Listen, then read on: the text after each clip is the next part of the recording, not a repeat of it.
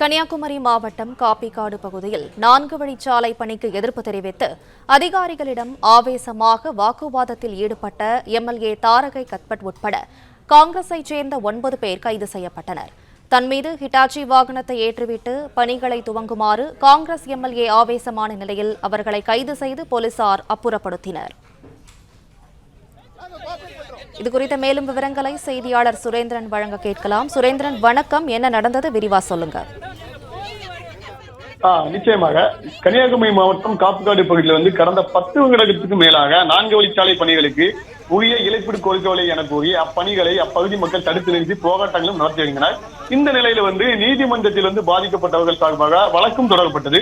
மேலும் இந்த வழக்குல பணிகளை உடனடியாக துவங்க வேண்டும் என நீதிமன்றம் உத்தரவிட்ட நிலையை இன்று அந்த பகுதியில பலத்த போலீஸ் பாதுகாப்புடன் பணிகள் அதிகாரிகள் துவங்க முன் வந்தனர்.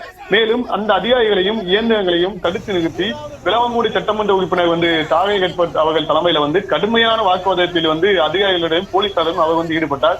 மேலும் அவர்களை கலந்து செல்ல போலீசாரும் அதிகாரிகளும் பலமுறை கூறியும் மாவட்ட ஆட்சியரை சந்தித்து பேசும் வரை பணிகளை நாங்கள் நடக்க விட மாட்டோம் என ஹிட்டாச்சி இயந்திரத்தையும் தடுத்து நிறுத்தி அப்பகுதியில் எம்எல்ஏ தலைமையில் போராட்டத்தில் அப்பகுதி மக்களும் ஈடுபட்டனர்.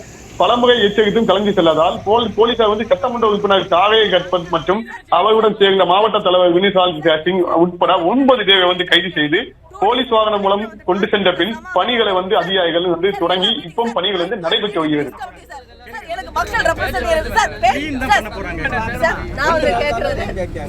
With your concern, sir, please, sir, with your concern, we need time for 2 days, sir. We will meet the collector because collector, you know that collector will give a good solution for us.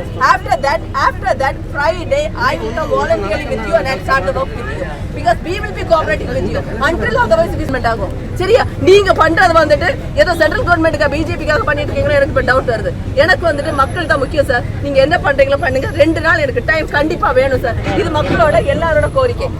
இதை விட்டுட்டு நீங்க start பண்ணீங்கன்னா என் மேல ஏத்திட்டு நீங்க start பண்ணுங்க sir. விவரங்களை வழங்கியமைக்கு நன்றி சுரேந்திரன். பிளே ஸ்டோர் மற்றும் ஆப் ஸ்டோரில் இருந்து பாலிமர் செயலியை QR கோடு மூலம் பதிவிறக்கம் செய்யுங்கள்.